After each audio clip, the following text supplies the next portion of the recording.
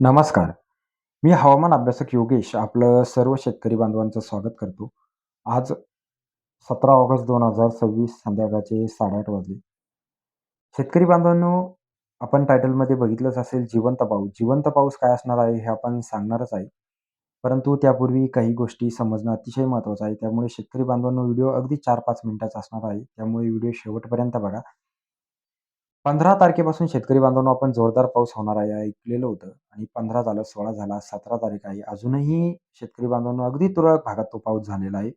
विदर्भात नागपूर प्रशासकीय विभाग, त्यानंतर अमरावती जिल्हा थोड्याफार प्रमाणात या भागामध्ये तो पाऊस झालेला आहे.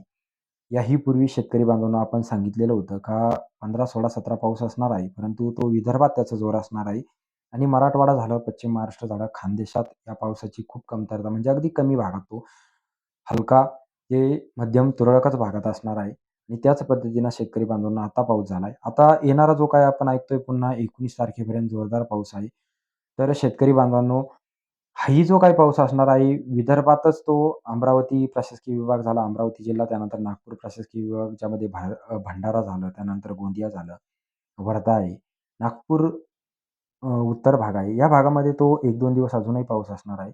त्यानंतर बऱ्यापैकी पाऊस उघड असणार आहे. परंतु आता जे काही शेतकरी बांधवांनो, या पद्धतीनं जो आता सध्या पाऊस चालू आहे, हा पश्चिम महाराष्ट्र, मराठवाड्यात यानंतरही अगदी पुढेही तो 19च्या पुढेही तो चालूच असणार आहे. म्हणजे अगदी तुरळक भागात तो हलका तर काही भागामध्ये मध्यम स्वरूपाचा पाऊस तो तुरळकच भागात तो होईल. आता त्यानंतर शेतकरी बांधवांनो साधारण 25 ऑगस्टपासून वातावरण पुन्हा तयार होईल. 25 ऑगस्टपासून तो विदर्भात बऱ्यापैकी पाऊस सक्रिय झालेला असणार आहे. म्हणजे साधारण 21 पासूनच तो विदर्भात चांगल्यापैकी सुरू होईल. परंतु 25 नंतर थोड्याफार प्रमाणात जोर वाढेल. ज्यामध्ये तो विदर्भातील नागपूर प्रशासकीय विभाग झाला, त्यानंतर अमरावती प्रशासकीय विभाग या भागामध्ये तो बऱ्यापैकी असणार आहे. परंतु तो जो काही पाऊस असणार आहे, त्याही पावसाची पश्चिम महाराष्ट्र आणि मराठवाड्यामध्ये कमतरताच असणार आहे. म्हणजे याच पद्धतीनं तो सध्या जो काही पाऊस चालू आहे, अगदी तुरळक जिल्ह्यामध्ये त्यावेळेस थोड्याफार प्रमाणात पाऊस पश्चिम महाराष्ट्र आणि मराठवाड्यात काही जिल्ह्यामध्ये असण्याची शक्यता आहे. बाकी याच पद्धतीनं वातावरण पुढेही असणार आहे. त्यानंतर अगदी मोठा पाऊस जर म्हणलं शेतकरी बांधवांनो, पश्चिम महाराष्ट्रामध्ये मोठा पाऊस, मराठवाडा हा सप्टेंबरमध्येच असण्याची शक्यता आहे. तोपर्यंत सध्या तरी मोठा पाऊस असण्याची शक्यता नसणार आहे.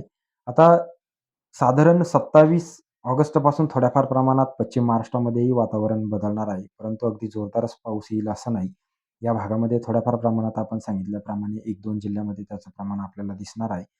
आता शेतकरी बांधवांनो, ज्या पश्चिम महाराष्ट्र झाला, मराठवाडा झाला, ज्या शेतकरी बांधवांकडे पाणी देण्याची पिकाला सुविधा आहे, निश्चित त्या शेतकरी बांधवांनी पाणी द्या.